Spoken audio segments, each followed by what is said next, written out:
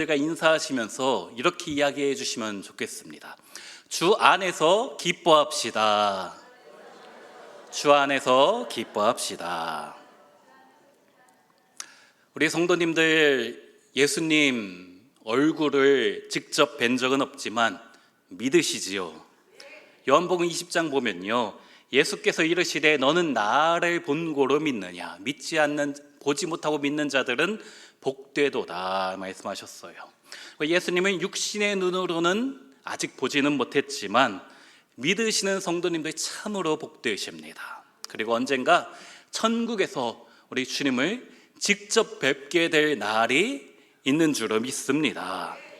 그래도 우리가 지금 당장이라도 주님 보고 싶은 마음이 있잖아요. 그래서 많은 미술 작가들이 자신의 거룩한 상상력을 발휘해서 예수님을 그린 장면들이 있습니다. 이런 그림이에요. 예수님께서 십자가에서 고통당하신 모습, 또 예수님의 인자하신 모습을 그려놨는데, 이런 모습을 보는 것만도 은혜가 됩니다. 그런데 저는 이런 모습도 좋지만, 이런 모습도 거룩해 보이지만 이런 모습이 더 좋아요. 예수님이 활짝 웃으시는 모습 너무 좋아요. 물론 십자가에서 고통당하셨기 때문에 웃을 수도 있지만, 십자가에서 고통당한 건 괜히 저의 죄가 더 생각나고, 이렇게 활짝 웃으시는 모습이 너무 좋습니다. 더 은혜가 돼요. 우리가 기독교 신앙을 오해하는 것 중에 하나가 너무 너무 경건을 추구한다, 그러면서 웃음과 거룩은 상관이 없다라고 잘못 생각하는 경우가 종종 있어요. 예수 믿는 것은 날마다 자기를 부인하고 자기 십자가를 지는 것이고, 내가 사랑하는 것, 내가 좋아하는 것을 다 포기해야 된다라고 생각하셔서, 또 교회에서 웃으면 안 된다라고, 예전에 그런 적이 많았잖아요. 교회에서 웃으면 안 되고 박수 쳐도 안 되고 거룩한 척 해야 된다라고 잘못 생각하는 경우가 있습니다. 하지만 우리가 믿는 예수님은 아까 봤던 모습처럼 활짝 웃으셨을 것 같아요. 마가복음 12장 보니까 예수님이 말씀하셨습니다. 다윗이 그리스도를 주라 하였은즉 어찌 그의 자손이 되겠느냐 하시니 많은 사람들이 즐겁게 듣더라. 예수님이 말씀을 하시니까 많은 사람이 즐거워했다. 예수님은 웃길 줄 아시는 분이셨어요. 유머가 있으신 분이십니다. 어느 날 바리새인을 보고 회칠한 무덤이다 라고 말씀하셨지요. 우리 한국 표현으로 호박에 줄 긋는다고 수박되냐 라고 했더니 옆에 있던 사람들이 빵 터졌습니다. 그만큼 우리 예수님 유머를 아시는 분이셔요. 시몬에게 너는 베드로다, 반석이다 라고 하셨지요. 무슨 말입니까? 이 돌대가리야 하신 거예요. 그러면서 지금은 돌대가리이지만 장차 짱돌이 될 거야 말씀하셨어요. 또 야고보와 요한에게는 보아너게 우레의 아들이라고 하셨죠. 이 성질머리, 성질1, 성질2 그러신 거예요. 그러면서 변화산 가실 때 이 돌대가리 또 성질 1, 2 기도하러 가자 하셨던 분이 우리 예수님이셔요. 유머를 아시는 분이 우리 예수님이십니다. 그래서 저도 설교할 때마다 한 2번 정도 우리 성도님들이 웃으시는 포인트를 일부러 집어넣어요. 제가 본래 재미있는 사람은 아니거든요. 재미있는 사람이 아닌데 일부러 노력하는 거예요. 우리 예수님을 닮으려고. 가끔은 제가 웃기려고 하는 말인 줄 모르시고 안 웃으시는 분들도 계시더라고요. 또 말씀 듣다가 어떻게 예배 시간에 웃을 수 있냐라고 참는 분이 얼굴에 보입니다. 그런데 웃을 수 있는 것은 좋은 거예요. 우리 예수님도 사람들을 많이 웃겼던 분이셨잖아요. 우리 아까 살펴본 것처럼. 우리가 믿는 주님은 우리에게 기쁨을 주시는 분이십니다. 기쁨을 주시는 분이셔요. 우리 신앙생활에서 가장 중요한 것 중에 하나가 기쁨입니다. 성령의 9가지 열매 중에 첫 번째가 무엇이지요? 사랑. 그 중에 제일은 사랑이라. 두 번째 열매가 무엇일까요? 희락, 기쁨입니다. 성령의 중요한 열매 중에 사랑 다음으로 나오는 게 기쁨이라는 거예요. 물론 우리가 진지해야 될 때가 있습니다. 특별히 우리 말씀 들을 때 가볍게 받아들여서는 안 되잖아요. 우리가 나의 죄를 보고 애통해야 될 때도 있어요. 그러나 궁극적으로 주님께서 우리에게 원하시는 것은 기쁨입니다. 신앙생활에서 가장 중요한 것 중에 하나가 기쁨이에요. 그래서 오늘 본문 4절에 무엇이라고 합니까? 같이 한번 읽습니다. 주 안에서 항상 기뻐하라. 내가 다시 말하노니 기뻐하라. 여기 항상 기뻐하라. 또 다시 말하노니 기뻐하라. 무슨 말입니까? 다시 말하노니 두 번 말해도 입 아프지 않다. 그만큼 중요하다라는 거예요. 그러므로 우리 사랑하는 성도님들, 주 안에서 기뻐합시다. 기쁨이 중요해요. 또 우리 주님은, 우리가 믿는 주님은 우리에게 기쁨을 주시는 분인 줄로 믿습니다. 기쁨을 충만하게 주시는 분이셔요. 그런데 다음이 중요해요. 그런데 우리가 기뻐해야 된다라는 것을 들었고, 또 설교 시간에는, 또 예배 드릴 때는 기쁘지만 우리 삶을 보면 도저히 기쁨이 나오지 않을 때가 많습니까? 적습니까? 많잖아요. 내 앞에, 당장 눈앞에 있는 걱정거리들, 자녀 걱정, 돈 걱정, 건강 걱정, 앞날에 대한 걱정들, 어떻게 해야 됩니까?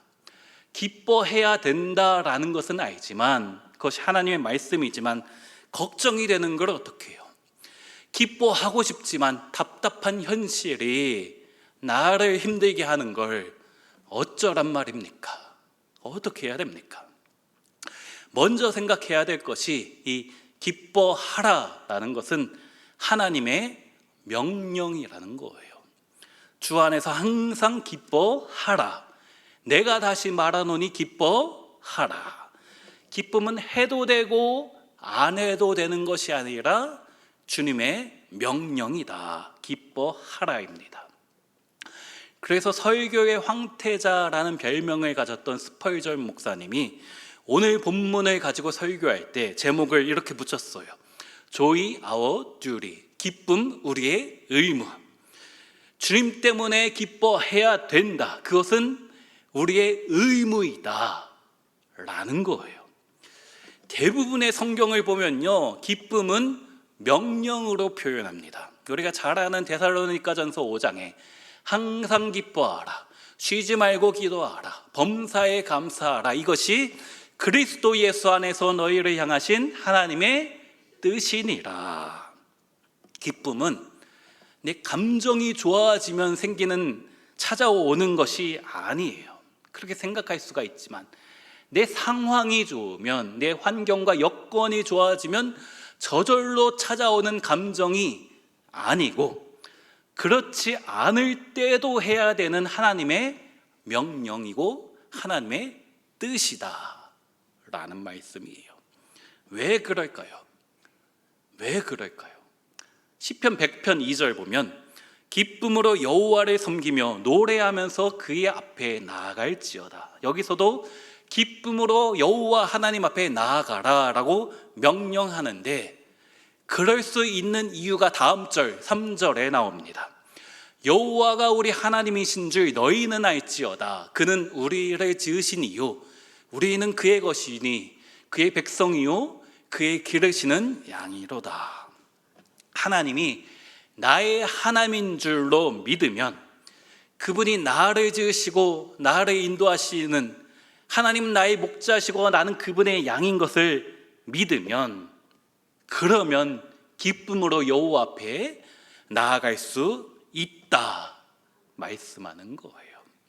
그렇기 때문에 기쁨은 내가 하나님의 자녀라는 믿음, 주님이 나에게 반드시 은혜 베풀어 주실 것이다 라는 믿음, 주님이 나의 선한 목자가 되시고 나는 그분의 양이기 때문에 반드시 내 인생에 기쁨이 찾아올 수밖에 없다라는 믿음과 연결되는 것입니다. 상황 때문에 기뻐할 수 있는 것이 아니고 믿음 때문에 기뻐하는 것입니다. 돈 많이 벌어서 기뻐하는 것이 아니고 돈이 비록 없어도 믿음이 있기 때문에 그분이 반드시 은혜 베푸실 것을 확신하기 때문에 기뻐하는 것이에요. 우리 빌립보서를 계속 살펴보고 있는데 빌립보서의 별명이 기쁨의 서신이잖아요. 4장까지 있는데 1장부터 4장까지 17번 기쁨, 기뻐하다라는 단어가 17번이 나옵니다. 근데 이 빌립보서를 쓰고 있는 바울의 상황이 어떤데요? 등 따뜻하고 배부를 때 이 서신을 쓴 것이 아니잖아요.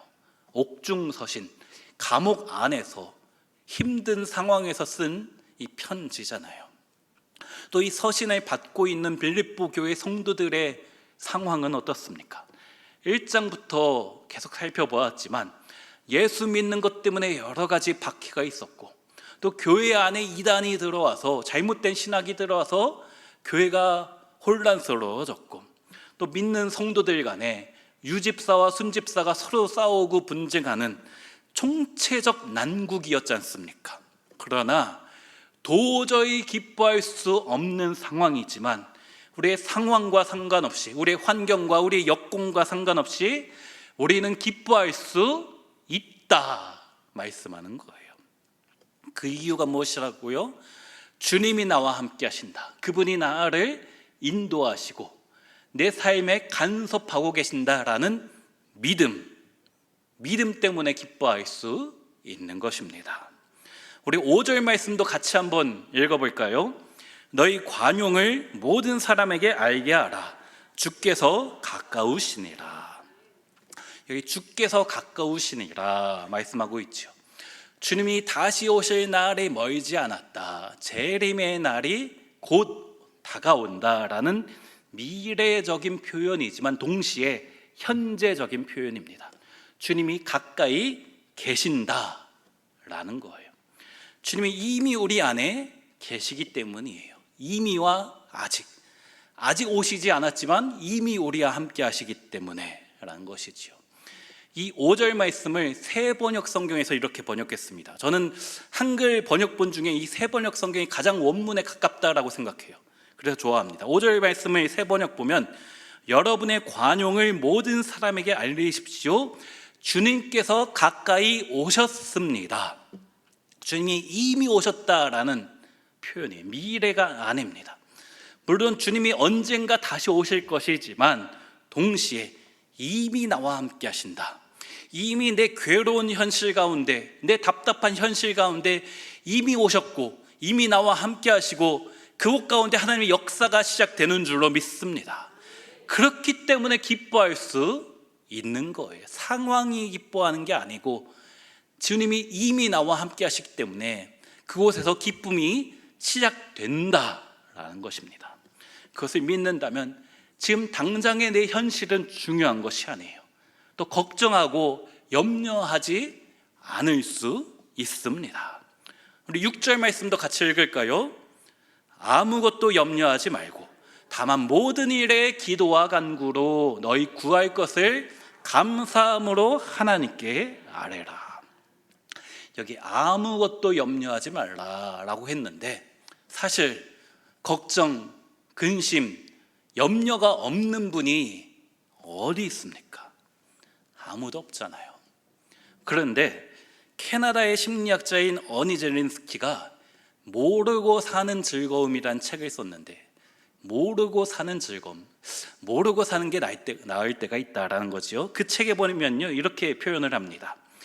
우리가 하는 걱정의 40%는 절대 일어나지 않는 일이다. 오늘 밤 초대형 운석이 떨어져서 지구가 멸망하면 어떡하냐? 걱정 마세요. 주님이 절대 그렇게 안 하십니다. 그런 걱정 안 하셔도 돼요. 두 번째, 우리가 하는 걱정의 30%는 이미 일어난 일에 대한 것이다. 코로나 걸리면 어떡하냐? 5월달 기준으로 찾아보니까 우리나라 누적 확진자가 3,100만 명이 넘었습니다. 지금 여기 계신 10분 중에 6, 7분이 이미 코로나 걸리셨어요. 한 번 걸렸으니까 크게 걱정 안 하셔도 될 것 같아요. 6, 7분은. 세 번째, 걱정의 22%는 안 해도 될 사소한 것이다. 내일 점심을 뭐 먹을까? 그냥 집에 남아있는 반찬 그냥 드시면 돼요. 별 그런 걱정 안 하셔도 됩니다. 걱정의 4%는 우리 힘으로 어쩔 수 없는 것이다. 아까 10명 중에 3, 4분 아직 코로나 안 걸린 분들, 걱정한다고 안 걸리는 게 아니고 걱정 안 한다고 걸리는 게 아니에요. 해도 소용없더라고요. 제가 걸려보니까 조심조심해도 다 걸리는 거예요. 그러니까 해도 별 어쩔 도리가 없다. 자, 여기까지 다 합치면 계산해 보셨나요? 96%. 마지막 4%만이 우리가 걱정해서 변할 수 있는 것이에요. 한마디로 우리 걱정의 96%는 다 쓸데없는 것이다, 필요 없는 것이다 라는 거예요.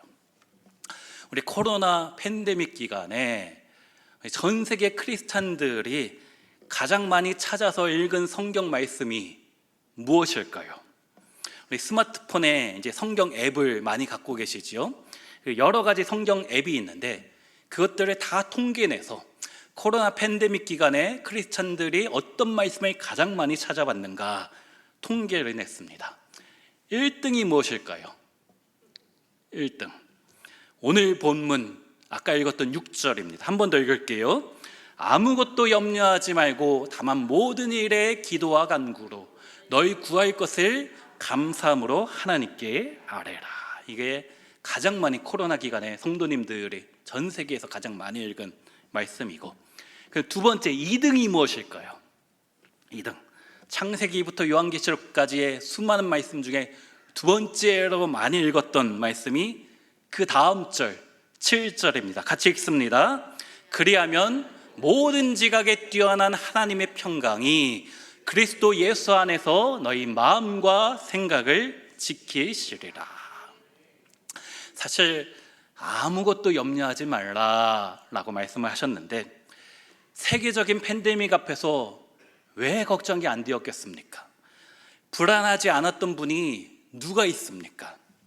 코로나 때문에 기쁨을 잃어버린 분이 우리 성도들 중에서도 너무나 많잖아요. 코로나 블루, 코로나 블랙이라는 그런 우울증이 우리 가운데 찾아와서 아직까지도 그것이 회복되지 않은 분이 지금도 많습니다.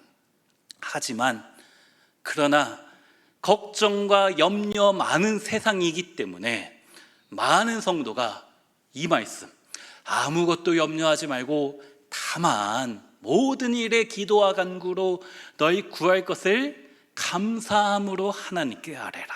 이 말씀을 붙잡았던 거예요. 그리고 이 말씀 붙잡고 기도했잖아요.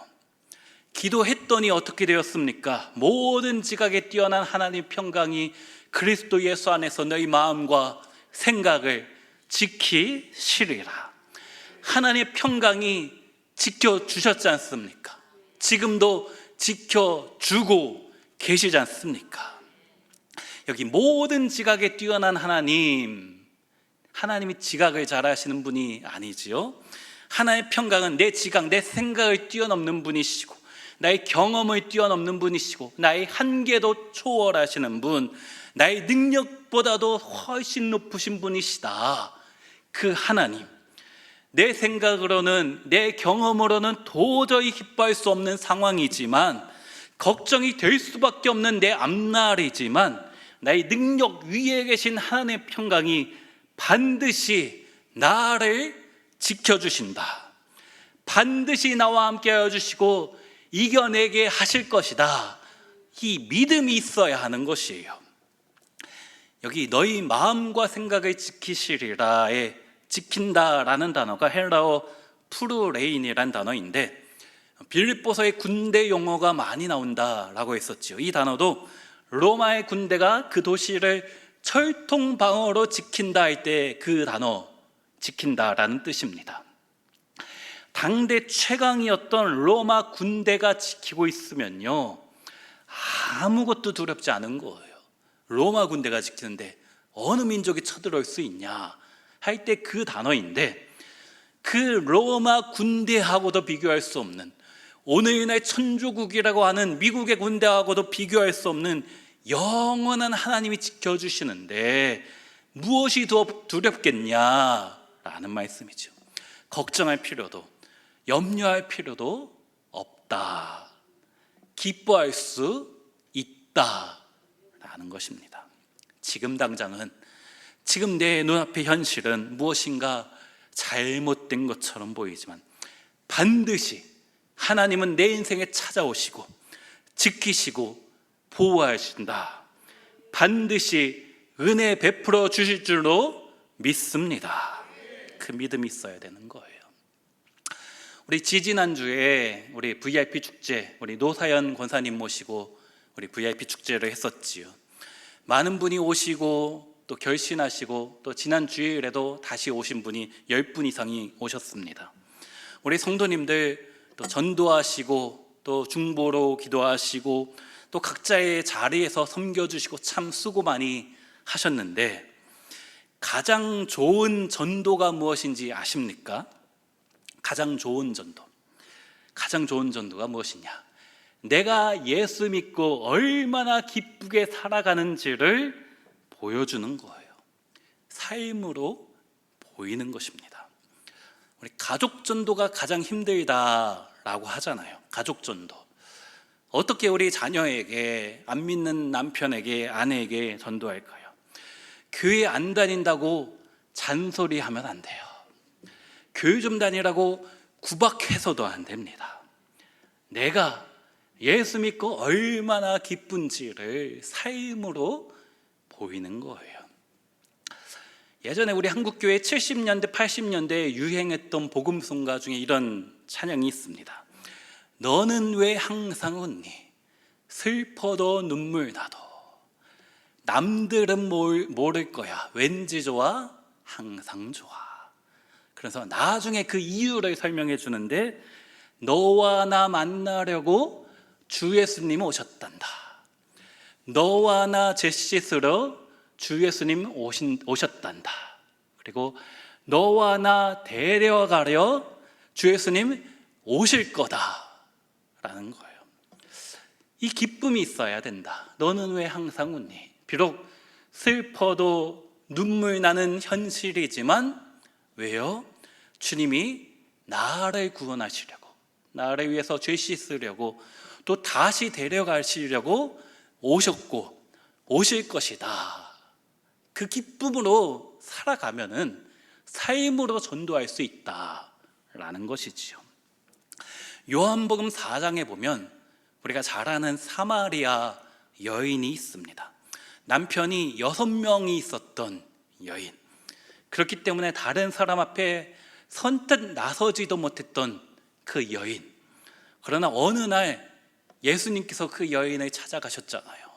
그리고 그녀의 삶이 완전히 변하게 되었습니다. 잃어버렸던 기쁨이 회복된 것이죠. 그리고 나서 그 여인이 평소 같았어라면 동네 사람들에게 찾아가지도 않고 말도 걸지 않았던 그 여인인데, 스스로 먼저 사람들에게 찾아가서 이렇게 말하는 거예요. 내가 행한 모든 일을 내게 말한 사람을 와서 보라. 이는 그리스도가 아니냐. 내가 너무 예수님 만나서 너무나 기쁘고 행복해서 예전 같았으면 사람들이 다 찾아가지 않았는데 너무 기뻐서 찾아갈 수밖에 없었죠. 그리고 내가 만난 예수님, 나를 변화시켜 주신 예수님, 내 삶에 항상 슬프고 괴롭고 우울했던 내 인생에 기쁨을 허락하여 주신 예수님, 그분이 그리스도가 아니냐라고 말했던 것입니다. 기쁨으로 그 이야기를 전하니까 어떻게 되었습니까? 요한복음 4장 30절, 그들이 동네에서 나와 예수께로 오더라. 평소라면 그녀를 알던 사람이 도저히 생각하지 수 없었던, 왜 저 여인이 저렇게 방긋방긋 웃고 있는 것인가, 그녀의 얼굴에 가득한 기쁜 모습을 보고 궁금해서라도 주님 앞에 나올 수밖에 없었잖아요. 우리 사랑하는 성도님들, 예수님 믿고 무엇이 변화되셨습니까? 성령의 두 번째 열매인 기쁨이 충만하십니까? 그게 있어야 되는 거예요. 우리 주위의 많은 사람에게, 우리 가족과 이웃에게 예수 믿고 기쁘게 살아가는, 예수 믿고 변화된 우리 모습을 보여주는 사랑하는 우리 온세계교회 모든 성도님 되시길 축원합니다. 예수 믿으면 나처럼 기뻐할 수 있습니다. 삶으로 증거하는 거예요.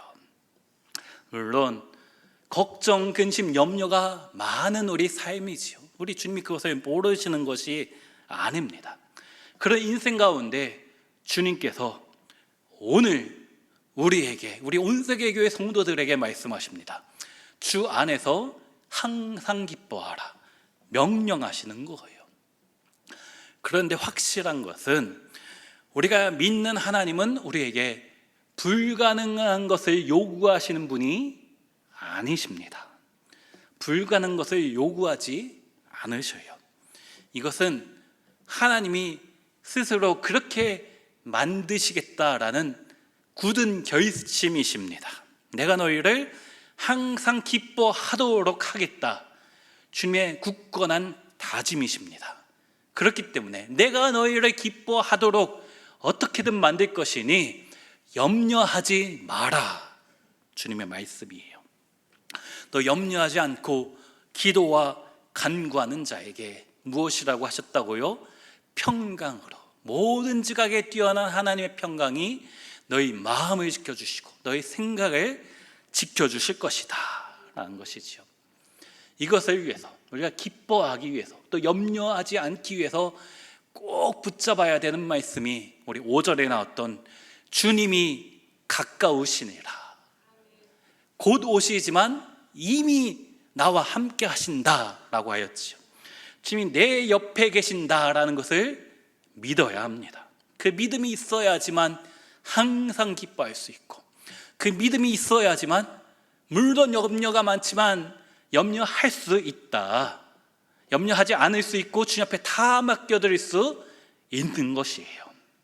그러므로 항상 기뻐하라 라고 말씀하시면서 너희 힘으로 그렇게 못한다는 건 내가 잘 안다, 그러니 내가 너희로 항상 기뻐하도록 만들어줄게, 아무것도 염려하지 마, 내가 너와 지금도 함께하고 있다 라고 말씀하시는, 이미 나와 함께 하시고 내 인생의 목자가 되어주셔서 인도하시는 그 주님 붙잡고 살아가시는 우리 성도님들 되시기를 축원합니다. 주와 같이 길 가는 것 즐거운 일 아닌가, 그 기쁨 가지고 오늘도 한 걸음 한 걸음 주 예수와 함께 날마다 걸어가시며 날마다 승리하시는 우리 모든 성도님들 되시기를 주의 이름으로 축원합니다. 우리 말씀 생각하며 찬양하며